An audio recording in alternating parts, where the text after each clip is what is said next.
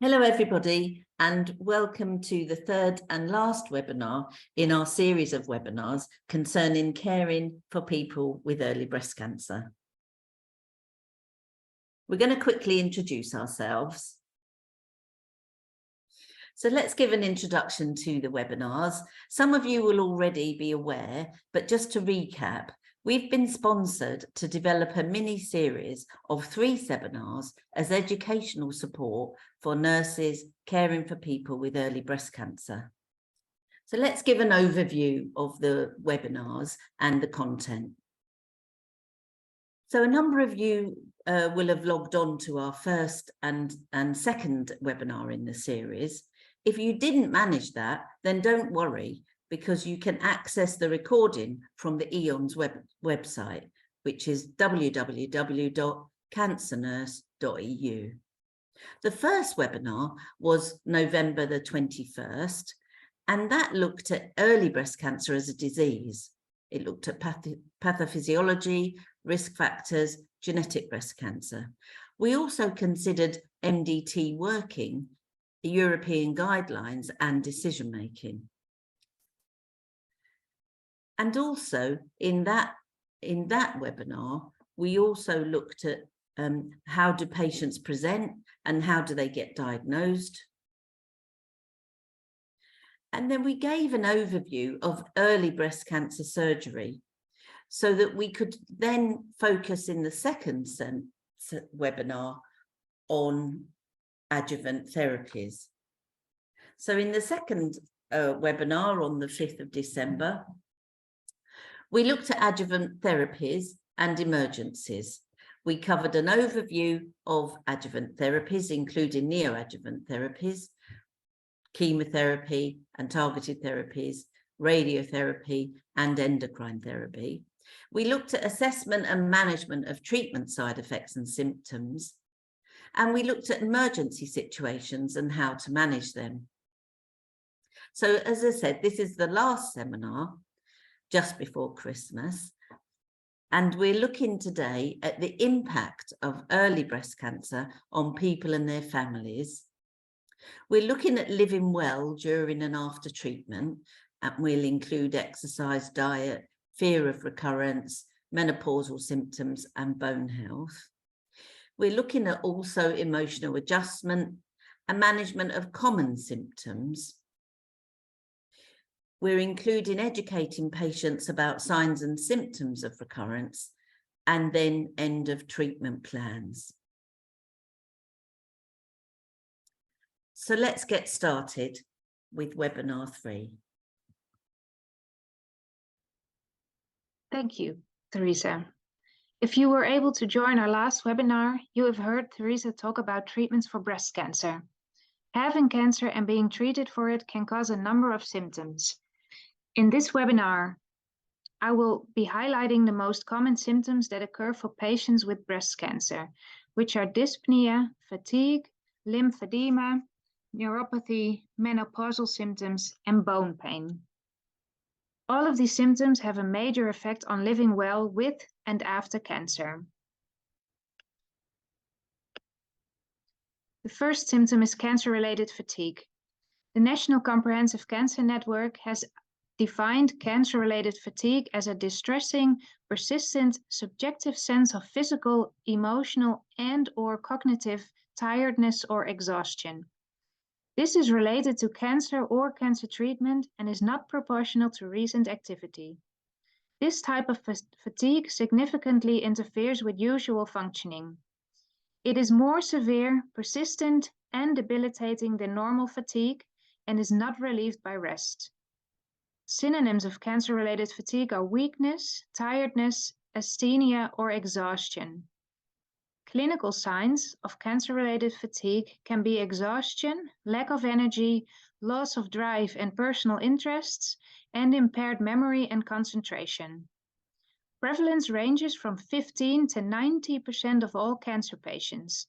This already indicates this is a major problem because very often the fatigue remains, even when treatment has ended.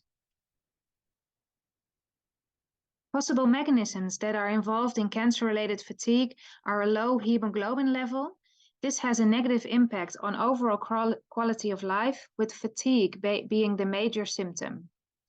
Cancer and its treatments can also have an impact on the production of cortisol. Long-term exposure to pro-inflammatory stimuli leads to a decreased cortisol level, which can cause cancer-related fatigue. Cancer therapy in itself can also cause cancer-related fatigue. Radiation, chemotherapy, and molecularly targeted therapy are associated with elevations in certain inflammatory markers. Also, some agents can induce or exacerbate cancer-related fatigue indirectly because of their interactions with other mechanisms. For example, therapy-induced menopause. Other risk factors are genetic factors, psychosocial and behavioral factors, and other symptoms such as pain, dyspnea, and anorexia.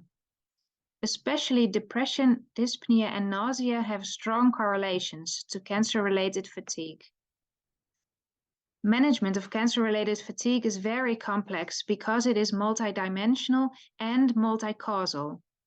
This makes it a very difficult symptom to treat. We can try to treat it with the following options. Non-pharmacological treatment can consist of exercise. Studies suggest a fitness regime of 150 minutes moderate exercise combined with 1 to 3 strength trainings a week might benefit patients. Studies have also showed that cognitive behavioral therapy can reduce fatigue and improve quality of life long term. Lastly, mind and body interventions such as yoga and acupuncture are gaining interest. The literature based on this is still small. However, it suggests that these approaches might benefit cancer survivors experiencing persistent fatigue. Pharmacological interventions could be stimulants that can rapidly counteract the feeling of fatigue. Most common are methylphenidate or dexamethasone. The latter is most intensively investigated and has proven to have a significant effect on improving fatigue. However, because of its side effects in long-term use, this should only be deployed a short period of time. Methylphenidate is generally well tolerated, and studies suggest a modest effect on cancer-related fatigue. We should be aware, though, of the side effects, such as sleep problems or decreased appetite. Antidepressants do not seem to have beneficial effects on cancer-related fatigue, except when the patient is also suffering from depression. This is an important finding because it shows the distinction between cancer-related fatigue and depression. Complementary medicine is receiving more and more interest. However, few trials examined the efficacy. Early studies did find a benefit for some ginseng types, especially for patients undergoing treatment, but results are still conflicting. The key is to deploy a combination of pharmacological and non-pharmacological treatments, as this is such a difficult and multi-causal symptom. Cancer-related fatigue is a major problem because it is debilitating and detrimental to quality of life, and it cannot be counteracted with rest. It is a complex symptom which is very difficult to assess, let alone to treat. Research has shown what people really want is to be able to maintain responsibility for the roles they carry in their life. So, for example, they want to be able to be a spouse, a parent, and to be valuable to society. Being this exhausted makes it almost impossible to maintain these roles. In many cases, cancer-related fatigue is not discussed in the doctor's office. Healthcare professionals don't address it because the symptom is very difficult to treat, and patients don't address it themselves because they think it is part of having cancer and being treated for it. Healthcare professionals should, however, keep an eye out for this symptom because it is so debilitating and detrimental to living well. The second symptom I want to discuss is lymphedema. Lymphedema is an abnormal swelling that can develop in the arm, hand, breast, or torso as a side effect of breast cancer treatment. It is a gradual buildup of fluid that is persistent for over 2 weeks. lymphedema can appear in some people during months or even years after treatment ends. There is a strong association between the extent of damage and the risk of lymphedema, and it often cannot be reversed. According to the National Cancer Institute, anywhere from 5 to 17% of patients who have sentinel node biopsy develop lymphedema. Among patients who have axillary node dissection, the percentage is higher, from 20 to 53%, and risk increases with the number of nodes taken out. Overall, experts estimate that on average 20 to 30% of patients develop lymphedema. Lymphedema usually develops gradually, and the patients may feel an unusual sensation, such as a tingling or numbness, that comes and goes before any visible swelling occurs. Other common symptoms include achiness, feeling of fullness or heaviness, puffiness or swelling, and decreased flexibility or tightness in the hand, arm, chest, breast, or underarm area. Experts also have found a strong association between the extent of disruption to the lymphatic system and lymphedema risk. The more lymph nodes removed and the more radiation, the more surgery a patient has to the chest, the higher the risk. Also, obesity and weight gain after treatment can increase risk. Usually, areas of the body with extra fat also have more fluids. If the lymphatic system can't handle the amount of fluid coming out of the arms or upper body, lymphedema can result. Thirdly, infection and injury to the affecting side can lead to inflammation, which in turn makes the lymphatic system work harder. Here also, if the lymphatic system can't keep up, this can trigger lymphedema. Treatments can help lymph flow out of the body part affected by lymphedema, but it may also involve making lifestyle changes, such as skin protection, exercise, and losing weight. The degree, intensity, and length of the treatments will depend on how severe the lymphedema is. Non-pharmacological treatments can consist of exercise. Research has shown that if patients start exercising slowly under the supervision of a lymphedema therapist, exercise is not likely to make lymphedema worse.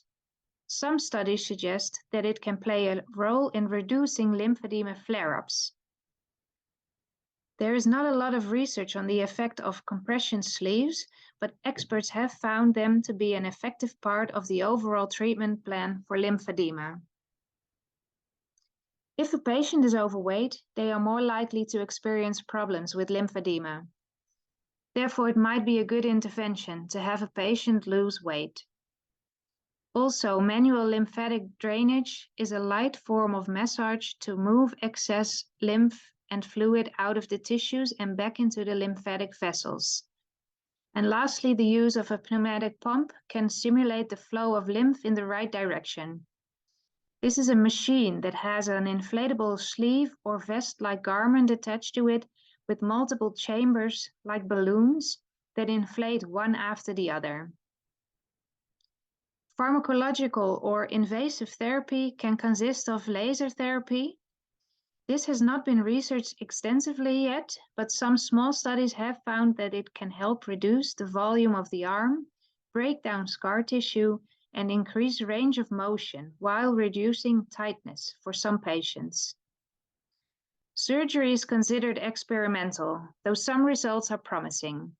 This is, however, viewed as a last resort for severe lymphedema that does not respond to other treatments. Just one final note on diuretics. They work to move water and salt out of the body by increasing the production of urine. Although diuretics can be helpful in reducing certain types of swelling in the body, they have no impact on the excess lymph in the arm, hand, or other area of the body affected by lymphedema. Lymphedema is a major problem for patients with breast cancer because it inhibits their normal life and activity. Depending on the severity of the lymphedema, patients can't function as they did beforehand. This might be so in their family life, but some patients have to change jobs or even are unable to perform their jobs. They have to be very careful with injuries, which makes something like peeling a potato a risk. Thirdly, the symptom I want to discuss is neuropathy.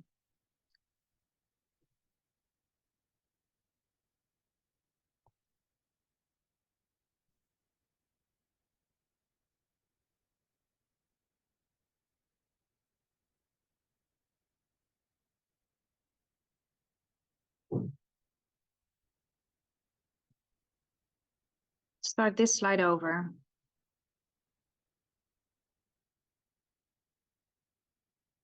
The next symptom I want to discuss is neuropathy.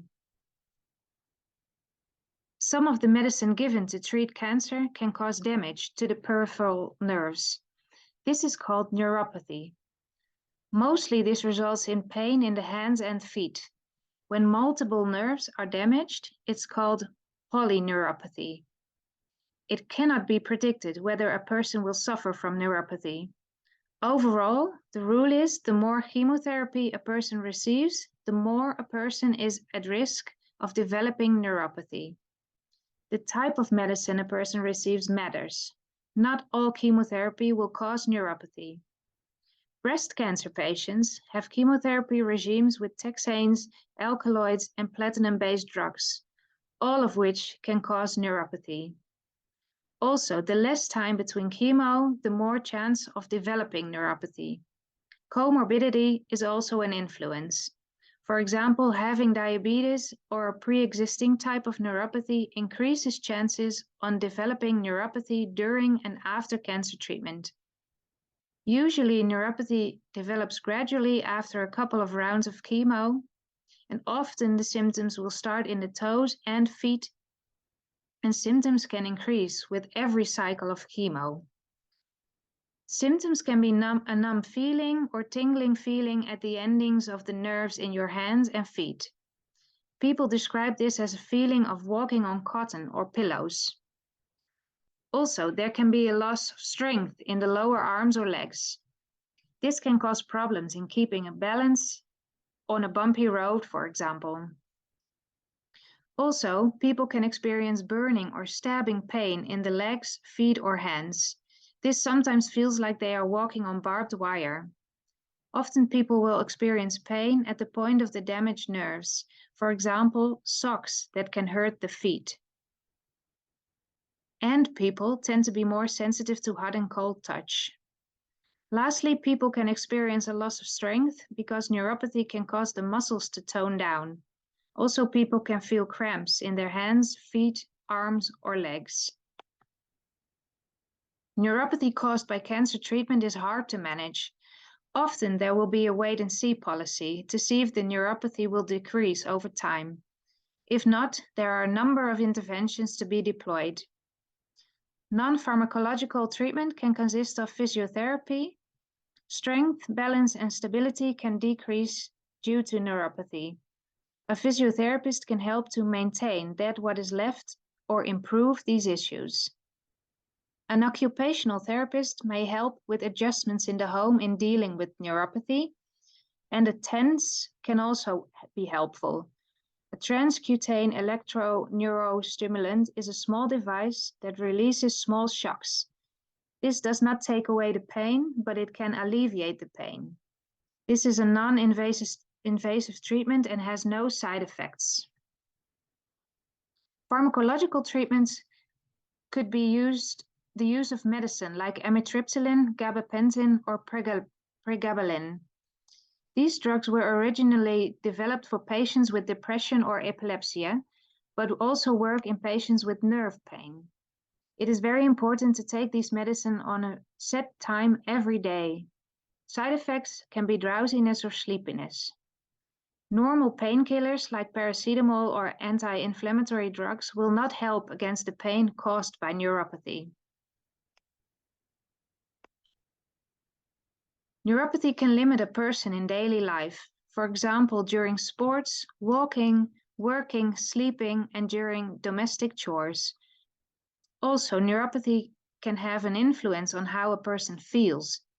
People can experience sadness, depression, or anxiety because of the symptoms and limitations. Also, fatigue can play a big part in this. General advice when dealing with patients with neuropathy can be to tell them to stay away from alcohol because this can intensify symptoms. Make sure patients get enough exercise and explain that feelings of sadness, anxiety, or anger can increase the pain. Tell them to discuss the symptoms that limit the ability to work with their boss or occupational physician. Sometimes there are options for some modifications. Make sure patients have good shoes and socks and give advice in ways to prevent wounds or burns. Due to neuropathy, the feeling can be diminished, so sometimes people don't feel correctly how hot something is, for example. Tell them to always wear shoes, to wear gloves when doing chores, and check the skin regularly. Another symptom breast cancer treatments can cause is early menopausal symptoms. Many patients find these symptoms difficult to cope with, and this can affect their quality of life. Some women who experience natural menopause may be on hormone replacement therapy. When diagnosed with breast cancer, patients will have to stop these hormones. Also, for patients who already experienced menopause, the symptoms may occur again when being treated for breast cancer. The most common menopausal symptoms patients can experience include hot flushes, night sweats, vaginal dryness, changes to sex drive, heart palpitations, mood changes, joint pain, changes to skin and hair, difficulty sleeping, and the list goes on. The changes in the body may be gradual, but sometimes the symptoms may start suddenly. Many treatments for breast cancer can cause menopausal symptoms, such as hormonal therapies like tamoxifen, anastrozole, and exemestane. Patients who receive ovarian suppression can also experience menopausal symptoms. Ways to suppress the ovaries are through hormone therapy, such as goserelin, surgery, or radiotherapy. This is an example where the menopausal symptoms can occur suddenly and may sometimes be more intense. Chemotherapy also affects the ovaries, which will produce less estrogen and can cause periods to stop. Symptoms are often more intense than with natural menopause. Sometimes this is temporary and symptoms will improve when periods return. This can be several months or occasionally some years after chemotherapy is finished. Menopausal symptoms can be very severe and have a significant impact on quality of life. Decisions on management of menopausal symptoms depends on the intensity and the different symptoms a patient's experiences. It is worth advising patients to keep a journal of their symptoms in order to discuss this with their physician. Menopausal symptoms can disrupt a patient's life on multiple levels, but it often impacts a patient at work. Patients experience tiredness, can be less productive and more forgetful. Advise patients to talk to their manager, colleagues, and human resources department in order to let them help with searching solutions. Some practical tips for patients are to have a handheld fan nearby, have access to cool water, wear light clothing, take regular breaks, and set up alerts and reminders. Hot flushes are the most common reported menopausal symptoms caused by breast cancer treatment. A hot flush can range from a mild sensation of warming, which just affects the face, to waves of heat throughout the body. Some patients also experience a drenching sweat affecting the entire body. The frequency can vary per person, but many patients get flushes at night. This may lead to disruptive sleep and waking in a cold, damp bed. You can imagine this is very disruptive and has a huge impact on quality of life. It causes patients to be forgetful, feeling irritable, and difficulty concentrating. Non-pharmacological interventions can be cognitive behavioral therapy.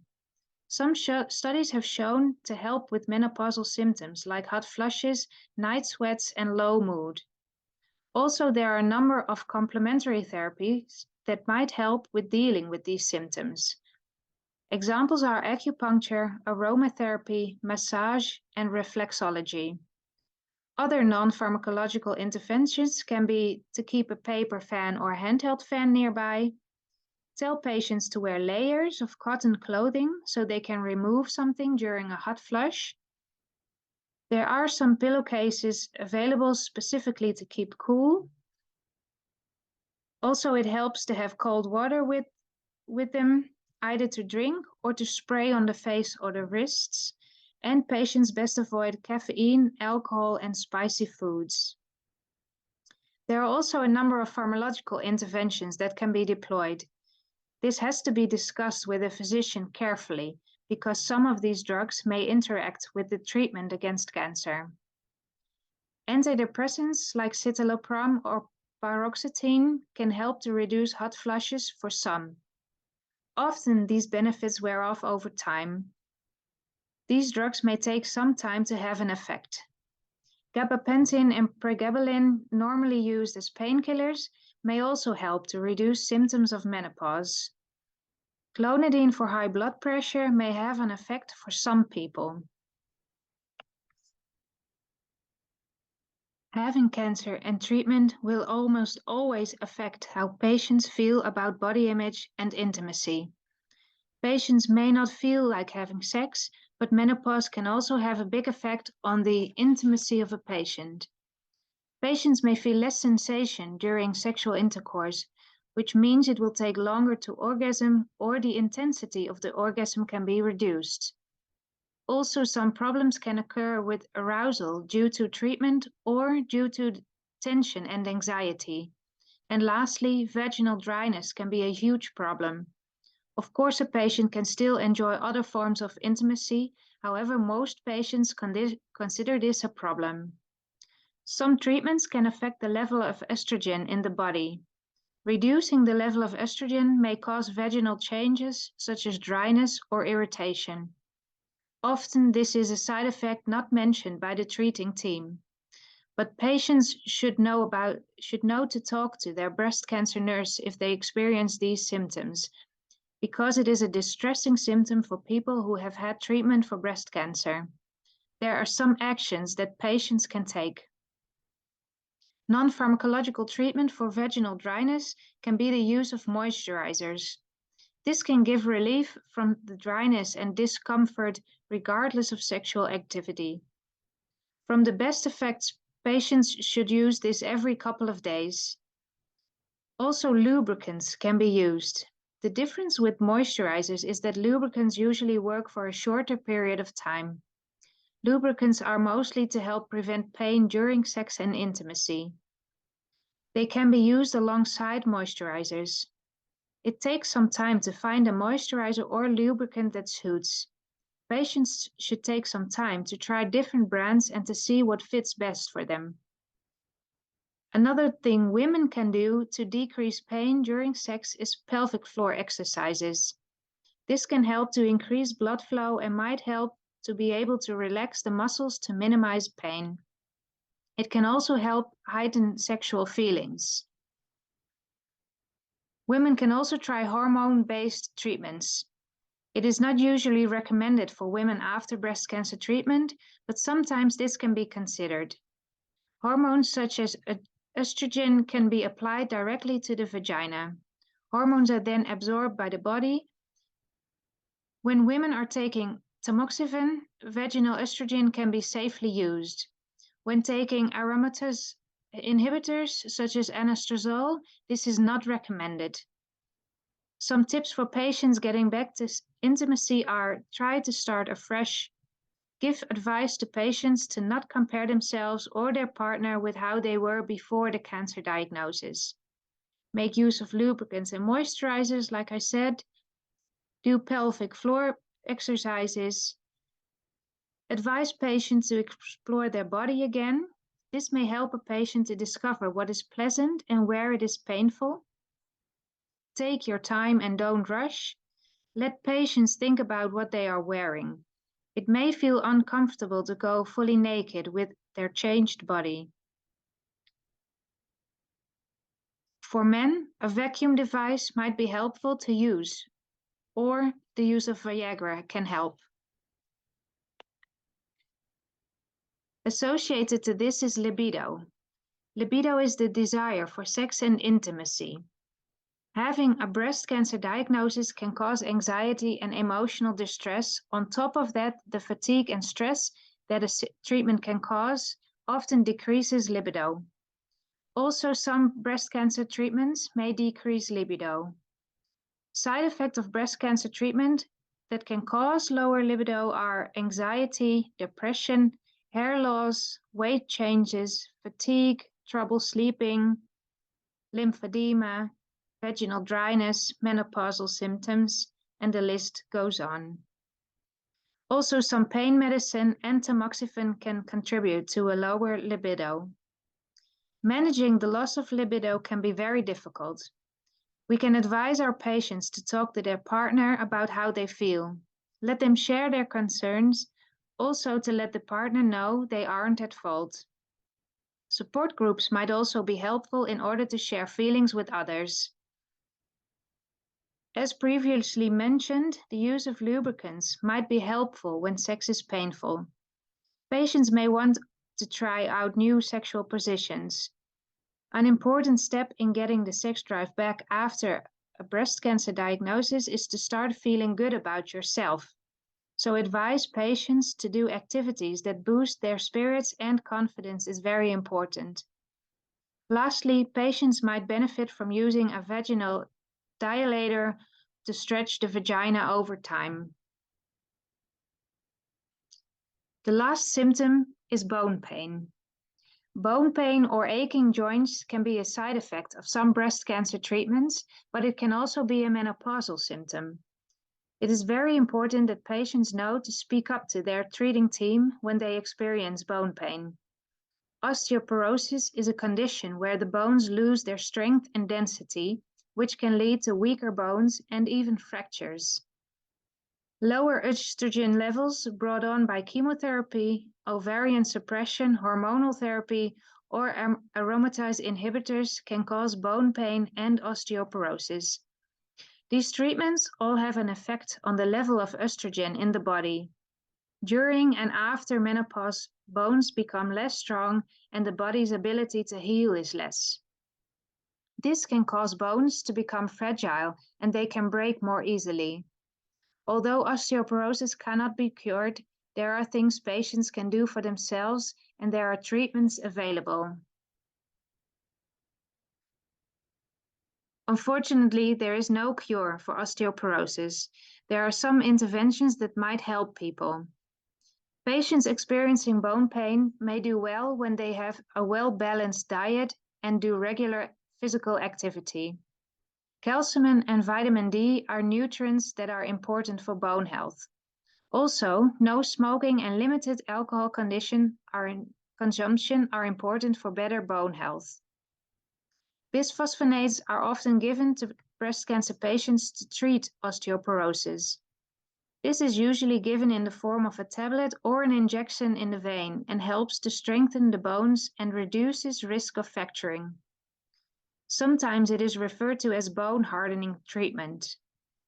Next to its effect on osteoporosis, research has also shown it may reduce the risk of breast cancer spreading to the bones in menopausal women. Also, denosumab can be recommended in order to reduce the risk of fractures. This is an injection given twice a year. Now, we have discussed the most common symptoms patients may experience during and after breast cancer treatment and the huge impact it can have on quality of life and on picking up life after treatment. In the next part of this webinar, we will focus on living well during and after treatment. So we will talk about lifestyle advice, emotional impact, talking to children, and the fear many patients have of reoccurrence. We will see you after the break.